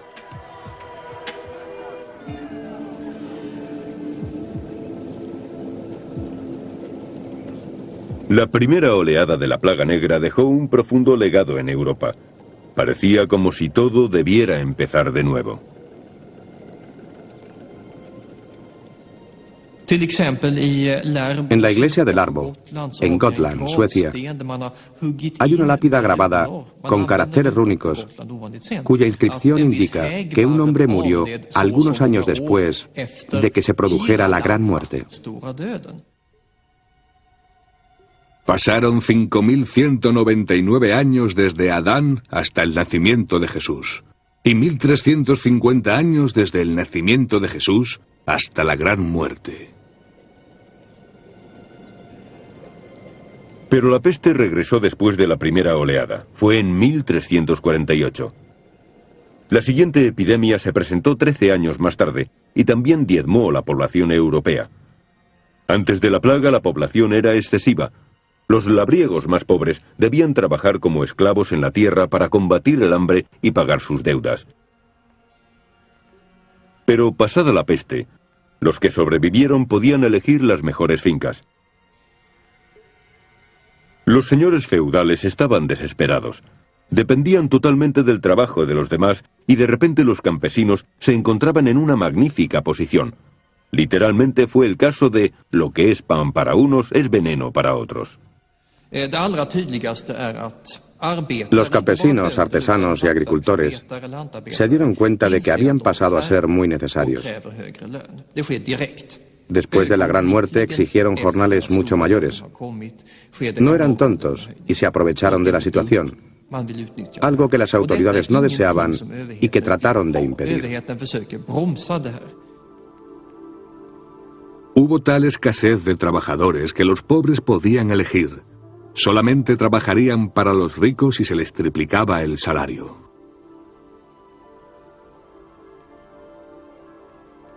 La gente empezó a creer que no solamente habían sobrevivido a la peste, sino que también podían disfrutar de una vida mejor. Las autoridades trataron de dominarlos. Después de la plaga, a mediados del siglo XIV, se proclamó por toda Europa que no se debían aumentar los jornales. Los salarios tenían que variar, aunque el precio de la tierra no disminuyera. Las autoridades hicieron un intento desesperado por salvar el antiguo orden social. Los granjeros y los trabajadores exigían pagas mejores y las consiguieron. Se convirtieron en una amenaza para los gobernantes de aquella economía. El rey tenía que actuar. Cuando el rey se enteró de que no solo sus órdenes no habían sido obedecidas, sino que sus gentes pagaban salarios más altos, impuso grandes sanciones y arrestó a muchos trabajadores. La mayoría de ellos aceptó volver a trabajar por el salario anterior y pudieron salir de la prisión, pero otros decidieron escapar a los bosques.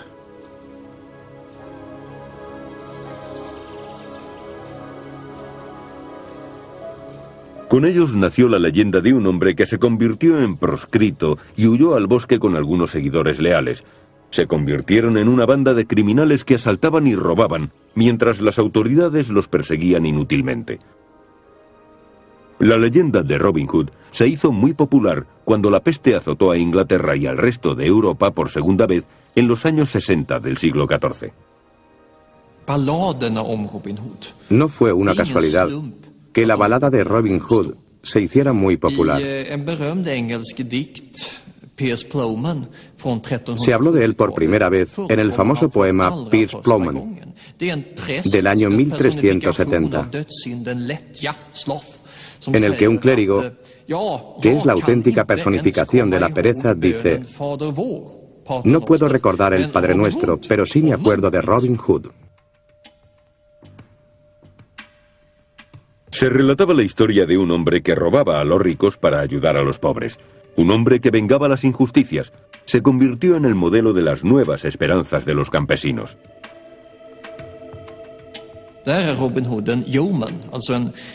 Robin Hood es un terrateniente, un agricultor con fortuna, pero a la vez un proscrito que se venga de la sociedad y al que las autoridades detestan.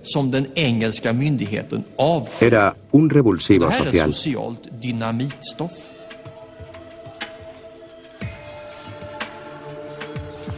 La leyenda del rebelde y violento Robin Hood reflejaba la realidad de Inglaterra.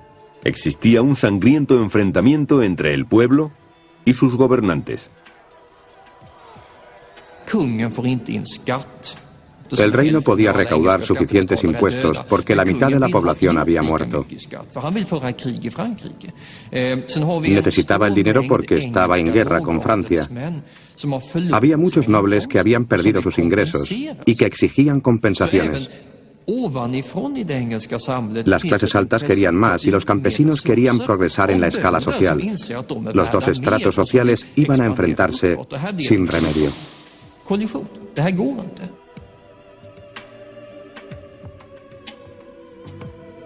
Los trabajadores y los artesanos se rebelaron de tal modo que ni el rey ni las leyes podían controlarlos. Casi todo el mundo tenía sus propios planes. Nadie se ocupaba de la peste. Arriesgaron su salvación uniéndose en una rebelión. Los campesinos presentaron sus demandas al rey.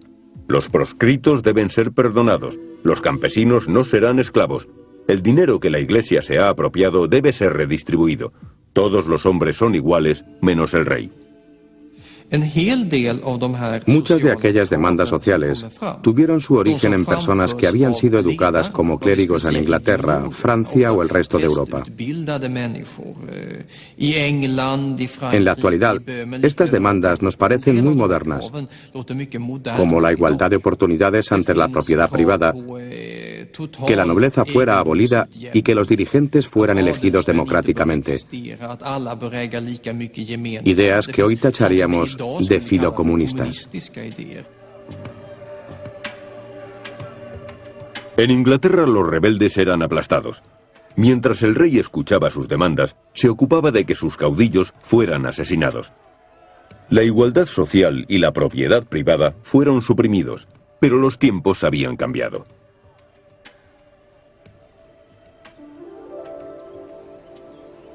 El gran logro de Robin Hood fue que, en lugar de permanecer pasivo, decidió ser dueño de su destino. Siguió sus propias convicciones en lugar de las del sistema. Fue el representante de una escuela europea de pensamiento que iba en auge. Cada uno es dueño de su propio destino.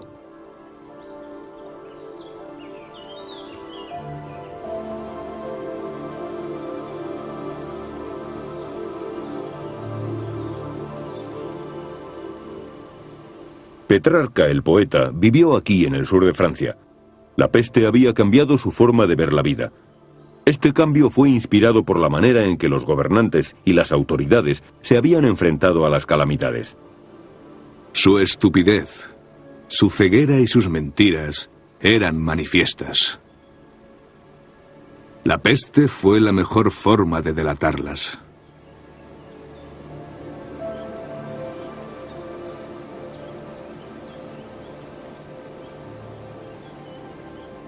El pueblo se dio cuenta de que estaba desprotegido. Ni los médicos ni la iglesia pudieron prestarles la ayuda necesaria. Los clérigos de Canterbury están tan poseídos del pecado de la codicia que se venden al mejor postor. Su lujuria es tal que no dudan en rellenar sus estómagos y en gozar de toda clase de placeres carnales hasta que sean arrollados por el torbellino del infierno. Es un escándalo y el peor ejemplo imaginable para los parroquianos.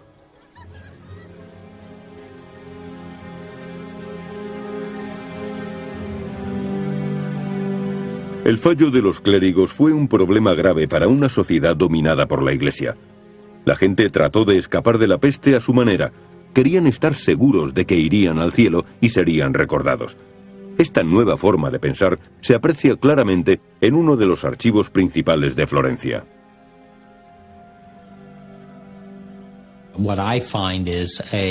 Lo que encontré en ellos es un cambio tremendo en la forma de testar. A finales del siglo XIII, hasta 1363, se hacía énfasis en repartir los bienes en un gran número de obras de caridad entre los siervos. Después de 1363, tanto los campesinos como la aristocracia modifican el destino de sus caridades para dejar su impronta en su entierro.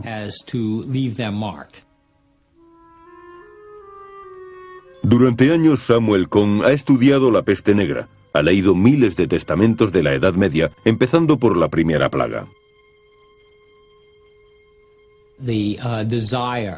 Tenían un deseo: ser recordados a la vez en la tierra por sus hechos y posesiones y luego en el cielo. Querían ser recordados por salir del purgatorio e ir al cielo. Esta nueva investigación de millares de testamentos de toda Europa muestra que el pueblo tenía una nueva forma de pensar respecto a la muerte y los funerales. Fue una muerte auténticamente ignominiosa y horrible, sin funerales, misas ni cuidados espirituales. Lo que encontramos en particular en la segunda plaga es que los que testan, incluso antes de caer enfermos en caso de que les llegue la muerte negra, quieren tener un entierro decente, un entierro individual. Quieren estar seguros de que tendrán un entierro en el que su losa será personalizada. El estudio de los testamentos de Cohn revela la preocupación popular por el lugar y la forma en que serían enterrados, lo que adquiere una nueva dimensión con la llegada de la segunda plaga en los años 60 del siglo XIV. Nadie quería ser olvidado en una fosa común. La tumba individual era un punto de referencia en aquellos tiempos difíciles. La gente dejaba instrucciones precisas para su funeral, como muestra el testamento de la viuda de un zapatero italiano. Marglata, viuda de Vico Pisano, quiere ser enterrada cerca del olivar del cementerio de Camposanto. La población no se había preocupado antes por su tumba. Si de alguna forma se mencionaba esta en sus testamentos, era mediante un vago deseo de que sus huesos estuvieran dentro de las paredes de una iglesia de acuerdo con reglas hacía tiempo establecidas. Lo que más importaba eran las plegarias por sus almas. ¿Qué es lo que deseo? Paz. ¿A dónde iré? Aquí y allá. ¿Con qué objeto? Directamente a la muerte. ¿Con qué disposición de la mente? Sin dudar, dispuesto a abandonar esta prisión. Y después, el cielo.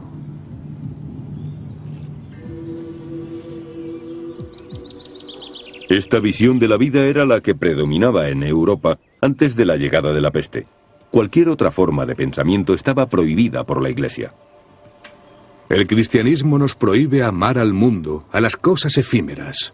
Si no, uno no sería cristiano, sino terrenal.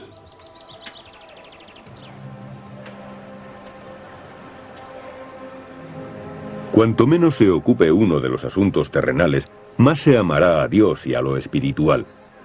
Esta era la idea que la Iglesia había impuesto a sus creyentes.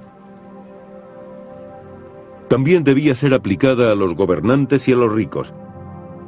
Y uno de ellos era el adinerado conde Bonifacio Novelus de Pisa. Su vida transcurrió entre monumentos, construyó la universidad y terminó la torre inclinada de Pisa. Escribió su testamento unos años antes de la llegada de la primera plaga. Pero incluso una persona tan poderosa y emprendedora como él no se permitiría más que una pequeña tumba. En su testamento no dice una palabra acerca de ella o de algo que asegurara su fama en el futuro. La mayor parte de su dinero sería dividido entre 148 personas, 1000 liras por aquí, 400 por allá. Nada que tuviera que ver con un monumento funerario.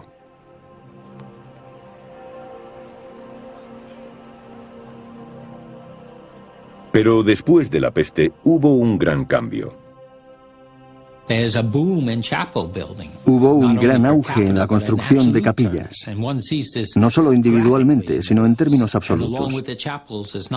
Esto se comprueba gráficamente en los testamentos. Las capillas no solamente sirven para misas por la salvación del alma, que podría ser su objeto original. Ahora hay que decorarlas. Se encuentran por todas partes ventanas con cristales emplomados, escudos de armas, o como en este caso, que es uno de mis testimonios favoritos, una mujer en Pisa presta su ropa interior para hacer un estandarte con una pintura de una Madonna, algo usual en aquel tiempo. Llama la atención el materialismo de aquellas costumbres. Veamos el testamento de un mercader de Florencia. Tenía mujer e hijos, pero pasaba la mayor parte del tiempo en París con su amante y los hijos que tuvo con ella. Lo escribió en 1396, después de 50 años de peste. Jacobus de Lioquis debe ser enterrado en París, en su propia capilla. Cuando muera, se erigirá otra capilla en Florencia, dedicada a su eterna memoria. Su última voluntad era tener no una capilla sino dos, dedicadas a su memoria. Una en París, cerca de su amante, y otra en Florencia, cerca de su mujer. Hubo otras personas cuyos deseos fueron más modestos, tal como vemos en esta pintura. En la parte central del cuadro está Jesús, como es costumbre, pero debajo hay un retrato de la persona que encargó el cuadro en su testamento. Hasta ahora ha tenido éxito, ha sido recordado durante 600 años. Se encuentra en la iglesia de Santa María Novella, Florencia. La peste dejó las mismas heridas en todas partes, junto con una fuerte impresión tanto en el ánimo de las personas como en su vida cotidiana.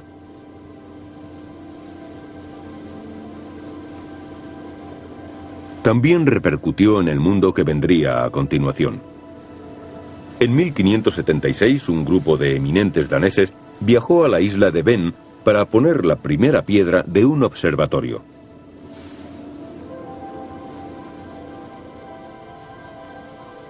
Era el regalo del rey a un astrónomo noble, Tycho Brahe, famoso en toda Europa por sus modernos métodos.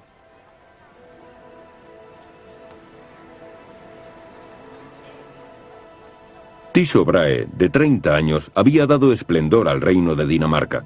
4 años antes había descubierto algo sensacional.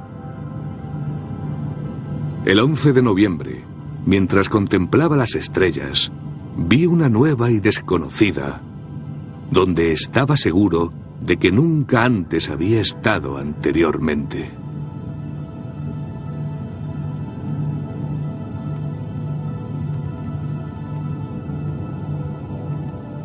No se trataba solo de una estrella. Tycho Brahe mudaría con ella el conocimiento que se tenía del mundo, porque la aparición de esta estrella demostraba que los cielos habían cambiado. No podía dar crédito a mis ojos, pero otros también la vieron, y entonces ya no tuve dudas. Fue el mayor milagro de la naturaleza desde la creación del mundo.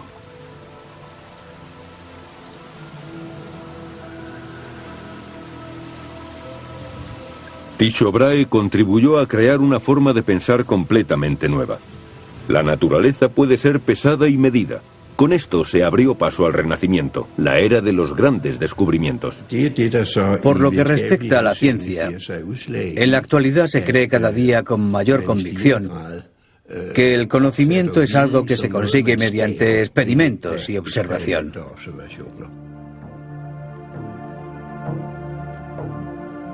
Tycho Brahe estudió las estrellas al igual que Leonardo da Vinci. Extendió los límites del arte y Cristóbal Colón los del mundo. Pero los nuevos descubrimientos traían consigo cuestionar la estructura social de la Edad Media. Cuando la peste negra invadió Europa, quedó claro que los gobernantes y muchas personas eminentes habían fallado. Como los médicos, sintiéndose impotentes ante la enfermedad. Además, no se animaba precisamente a pensar de manera distinta a la oficial. La idea es que la sociedad cristiana debe estar dominada por una armonía total. Eso significa que no deben existir desviaciones en las interpretaciones. La herejía se castigaba muy severamente en aquel tiempo. Con ella vendrían tiempos difíciles para los médicos, ya que la peste no estaba tratada en los textos antiguos. Los médicos describieron su fallo con sus propias palabras. Todo lo que hemos intentado no funciona. Esta es una plaga como no habíamos visto antes. Con otras plagas había remedio, pero con esta no existe ninguno. No hay nada que podamos hacer. Y se dieron por vencidos. La confianza en la ciencia médica había desaparecido. El pueblo temía un nuevo azote de la peste y exigía ayuda, lo que dio origen a un movimiento en la comunidad médica. Pero el sentido real de optimismo, incluso de arrogancia, apareció, creo, en el siglo XV, con el humanismo, aunque los médicos ya lo tenían en los años 70 y 80 del siglo XIV.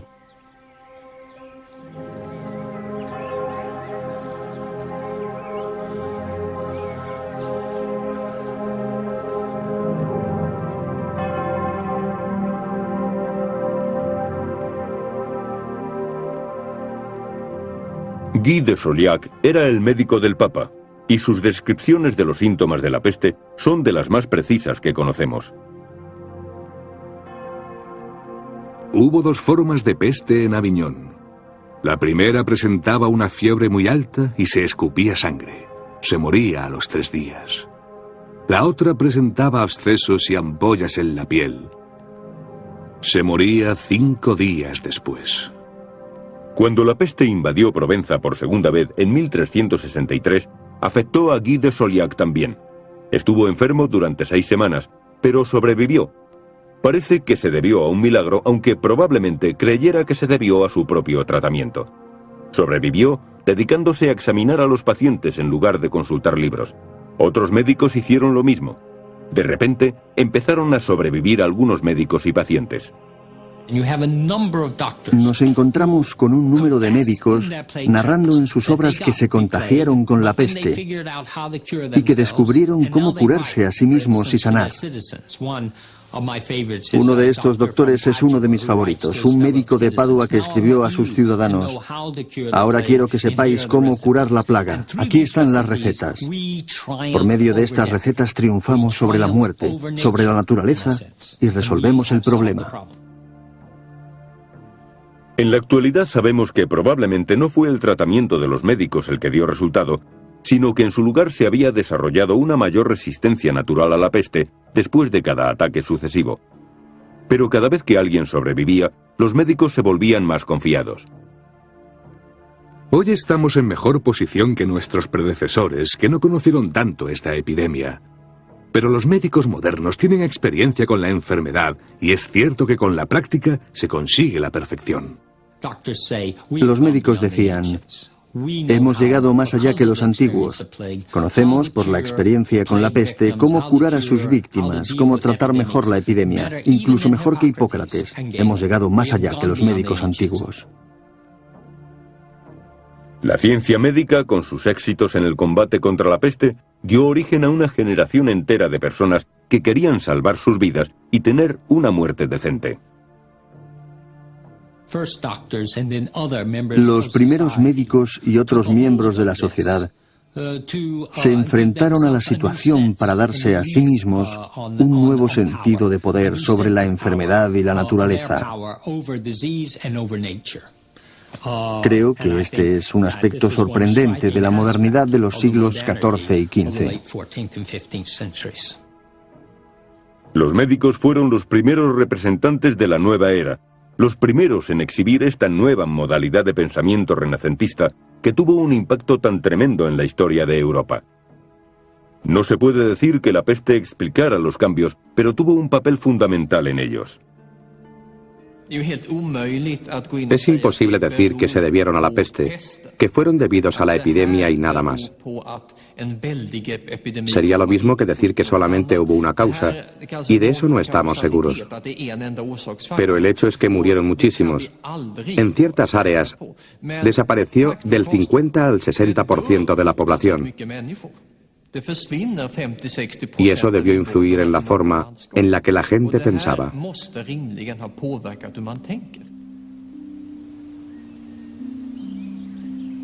El hombre del Renacimiento miraba al mundo de forma crítica, en un ambiente que exigía volver a empezar. Los experimentos y la experiencia abrían el camino al conocimiento. Tycho Brahe, que estudió las estrellas desde su observatorio, era uno de los más distinguidos representantes de su época a finales del siglo XV. Es como si se limpiara la pizarra y se empezara de nuevo. Se rechazó todo el conocimiento existente.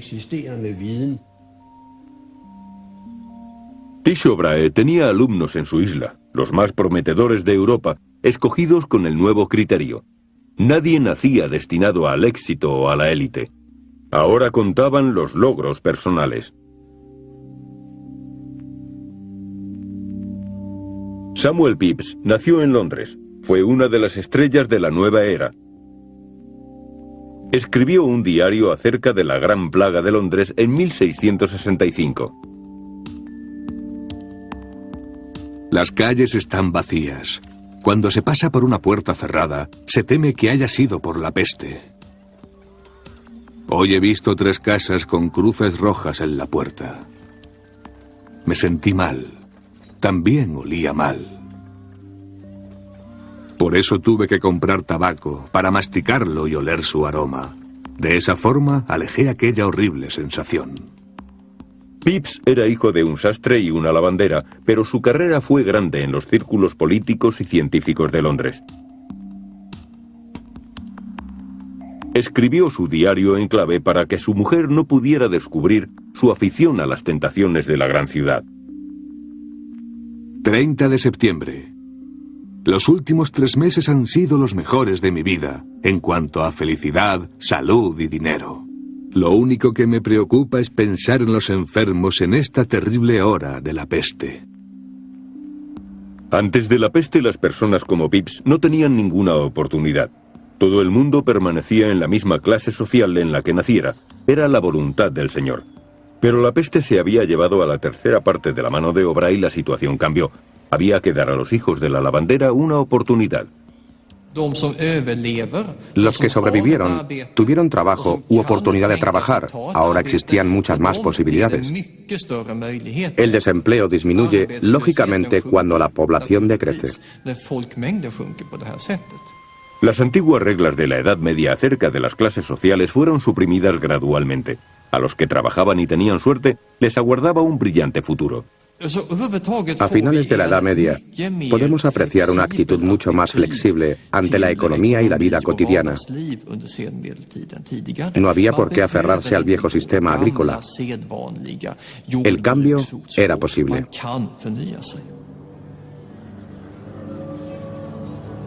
Pero hubo algunos perdedores en el Renacimiento. Mientras que los ricos cada vez lo eran más, no resultaba aconsejable ser pobre cuando la peste negra aparecía. Las grandes epidemias siempre perjudican más a los pobres, ya que no tienen posibilidades de escapar. Los pobres de la ciudad son los más afectados. En 1576 los problemas eran mayores en las grandes urbes como Venecia, donde el contagio era mucho más rápido. Por eso, las autoridades tuvieron que declarar el estado de emergencia en las ciudades. Las casas, las iglesias y los comercios han sido cerrados y vallados. En las puertas hay cruces rojas. La ciudad está casi desierta. Todos huyen, como si temieran a su propia sombra. Muchas personas acomodadas huyeron de las áreas contagiadas. Los pobres no pudieron. Por lo tanto, en el siglo XIV, la peste se convierte en una enfermedad de pobres. Los que no podían huir perecían. Durante la epidemia, solo los pobres permanecían en las ciudades. Eran los huérfanos y los sin hogar que habían llegado a la ciudad para escapar del hambre y la soledad de los pueblos abandonados.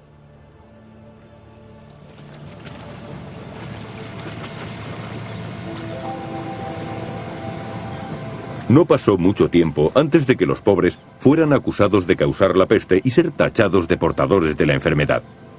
Ya después de la primera plaga, se les prohibió el acceso a la ciudad y se les envió a los hospitales de la plaga. Los pobres se convirtieron en un gran problema. Había muchos y desbordaban los hospitales. En las ciudades se empezó a separar las diferentes clases sociales. A los enfermos, mendigos y refugiados se les expulsaba permanentemente de la ciudad. Resultaba muy duro ser pobre. No se tenía ni libertad ni respeto ajeno. La gente despreciaba cada vez más a las personas de clase inferior. Antes del año 1000, los pobres eran considerados la encarnación de Jesús en la tierra. Por lo que estos eran merecedores de caridad.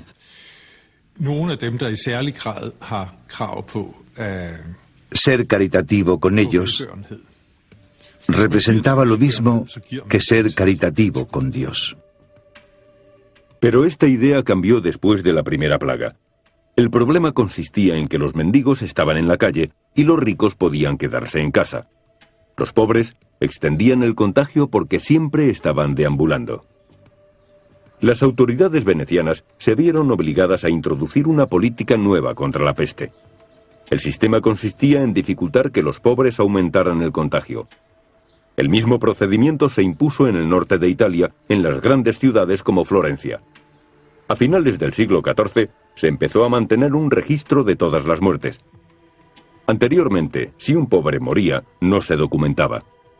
Ahora se ponía una gran P delante del nombre de los que habían muerto debido a la peste. Este documento es un resumen mensual donde aparecen las víctimas de la plaga. Era obvio que se necesitaba saber cómo la enfermedad iba transmitiéndose entre los habitantes, extendiéndose por toda la ciudad. Era fundamental que se estableciera un control social de seguimiento de la peste, pero es un desarrollo que se consiguió al cabo de 150 años. Cuando la peste apareció por primera vez, no había tiempo para hacer controles. La gente sencillamente moría. El sistema de controlar a los pobres se desarrolló cuando la peste volvió de nuevo a Europa. El sistema fue usado por primera vez en Inglaterra en el siglo XVI, mediante las leyes de la reina Isabel para los pobres, que resultaron muy efectivas para controlar a los que no tenían hogar. Los pobres de cada parroquia deben ser obligados a trabajar. Las cárceles deben convertirse en casas para huérfanos. Los que no tienen oficio, los problemáticos y los vagabundos deben ser proscritos, o en su lugar se les encarcelará y se les castigará 6 meses de trabajos forzados, además de azotarles.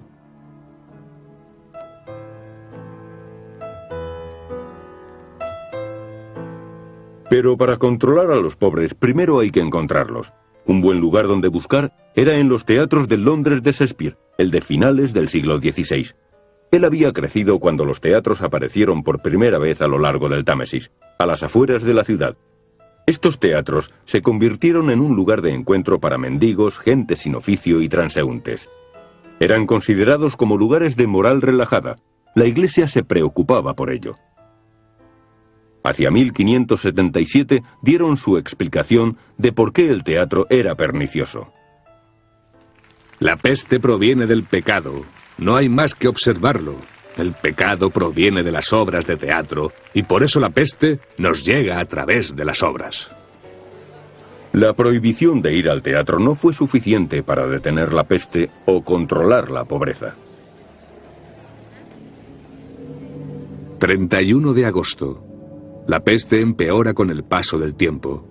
El número de muertos de esta semana en Londres ha sido de 7.496. Se teme que sean 10.000 porque no se han contado a los pobres, que son muchos. La peste contribuyó a crear una sociedad en la que todos tenían una oportunidad y en donde cada cual era responsable de su propia vida. Unos pocos tuvieron éxito, pero los pobres fueron los grandes perdedores. Se les expulsaba de la comunidad por ser una amenaza social.